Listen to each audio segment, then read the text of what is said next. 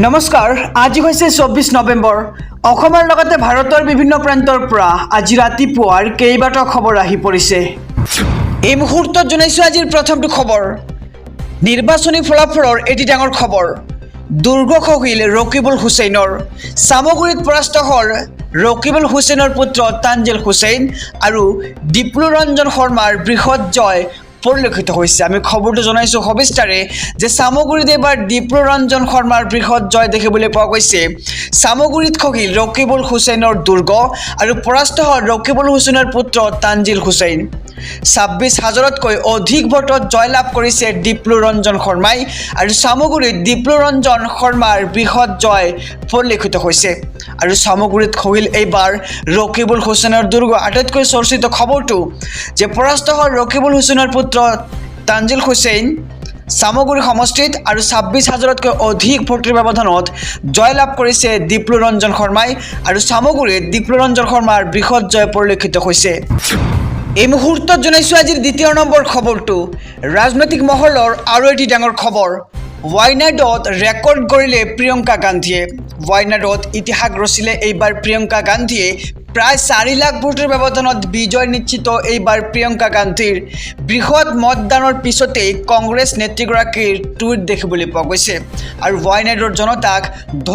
ধন্যবাদ জ্ঞাপন কৰিছে এইবাৰ প্ৰিয়ংকা গান্ধীয়ে আৰু জনতাৰ সমস্যাক উচ্চ স্বৰে সদনত উত্থাপন কৰিব বুলি ক'লে নেত্ৰীগৰাকীয়ে আৰু ৱাইনাডত ইতিহাস ৰচিলে এইবাৰ প্ৰিয়ংকা গান্ধী আমি খবৰটো জনাইছোঁ আমাৰ সমুদৰ্শকক যে প্ৰায় ৪ লাখ ভোটৰ ব্যৱধানত বিজয় নিশ্চিত এইবাৰ প্ৰিয়ংকা গান্ধীৰ বৃহৎ মতদানৰ পিছতেই কংগ্ৰেছ নেত্ৰীগৰাকীৰ টুইট দেখিবলৈ পোৱা গৈছে আৰু ৱাইনাডৰ জনতাক ধন্যবাদ জ্ঞাপন কৰিছে প্ৰিয়ংকা গান্ধীয়ে এই মুহূৰ্তত জনাইছোঁ আজিৰ তৃতীয় নম্বৰ খবৰটো নিৰ্বাচনী ফলাফলৰ মাজতে অখিল গগৈৰ ডাঙৰ মন্তব্য একেলগে নিৰ্বাচন খেলা হলে ৪টা সমষ্টিত আমি পালোহেঁতেন এই মন্তব্য বিধায়ক অখিল গগৈৰ বিৰোধীয়ে একেলগে নিৰ্বাচন খেলা হলে ৪টা সমষ্টি আমি পালোহেঁতেন বুলি মন্তব্য বিধায়ক অখিল গগৈৰ কংগ্ৰেছে ৫টা সমষ্টিত জয়ী হ'ম বুলি ভাবি বিৰোধী ঐক্য ভাঙি পেলালে আৰু কংগ্ৰেছৰ অহংকাৰৰ বাবেই অসমত বিজেপিয়ে অগ্ৰগতি লাভ কৰিছে যতে কংগ্ৰেছে অকলে বিজেপিৰ বিৰুদ্ধে নিৰ্বাচন খেলিছে তাতে হাৰিছে বুলি মন্তব্য বিধায়ক অখিল গগৈৰ আৰু গৌৰৱ গগৈ আৰু ভূপেন বৰাৰ কাজিয়াৰ বাবে ৫টা সমষ্টিত বিজেপিক জিকাই দিলে আৰু আজিৰ ফলাফলৰ পৰা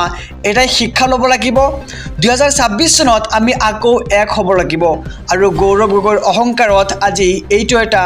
ডাঙৰ আঘাত বুলি মন্তব্য বিধায়ক অখিল গগৈৰ আৰু ৰাজ্যৰ ৫টা সমষ্টিৰ ফলাফলৰ পিছতে কংগ্ৰেছক সমালোচনা বিধায়ক অখিল গগৈৰ আৰু বিৰোধী একেলগে নিৰ্বাচন খেলা হলে ৪টা সমষ্টি আমি পালোহেঁতেন বুলি মন্তব্য অখিল গগৈৰ আৰু কংগ্ৰেছে ৫টা সমষ্টিত জয়ী হ'ম বুলি ভাবি বিৰোধী ঐক্য ভাঙি পেলালে আৰু কংগ্ৰেছৰ অহংকাৰৰ বাবে অসমত বিজেপিয়ে অগ্ৰগতি লাভ কৰিছে বুলি মন্তব্য কৰে বিধায়ক অখিল গগৈয়ে